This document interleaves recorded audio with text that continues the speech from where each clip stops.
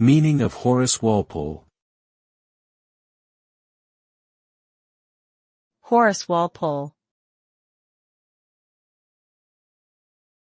Horace Walpole.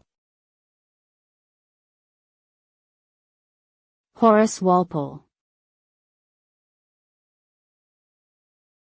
Horace Walpole.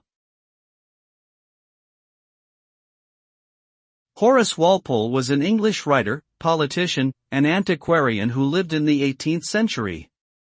He is best known for his Gothic novel, The Castle of Otranto, which is considered to have launched the Gothic literary genre. Walpole was also a prominent collector and antiquarian, known for his Gothic revival castle, Strawberry Hill. His correspondence with other notable figures of the time is also considered to be an important historical source. Overall, Horace Walpole was a significant figure in English literature and culture during the 18th century.